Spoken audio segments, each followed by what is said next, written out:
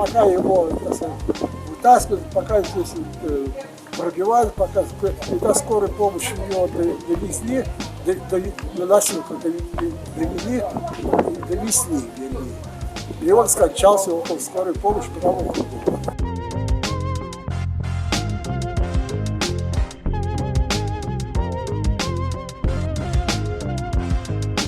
Я вам скажу, почему она не могла проехать. Сюда. Она, возможно, не могла проехать, потому что жители этого дома перекрыли подъезд к этому дому. Все. Здесь также стояла строительная техника, там что-то выгружали, здесь какую-то яму убирали, а здесь вот было тоже перекрыта машина, ну человек умер, понимаете.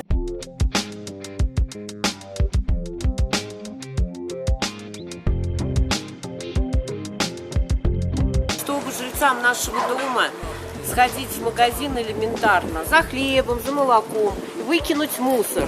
Мы должны выйти из дома, сделать большой довольно-таки круг. Это очень неудобно, но это не значит, что это неправильно с точки зрения.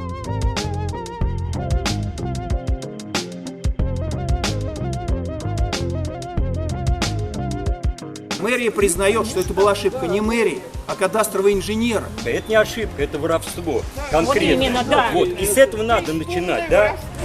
Кто-то Воровством, пожалуйста, не в администрацию. С воровством, пожалуйста, в органы полиции, в органы прокуратуры. А вообще-то это город продал незаконно нашу площадь под нашим домом. Под нашим домом. И 80 сантиметров в том числе. А вы видели документ, подписанный Черновым, да, в котором есть... А вы видите среди нас Чернова? Есть этот проезд. О чем говорить? Вы должны отвечать за всю администрацию сейчас.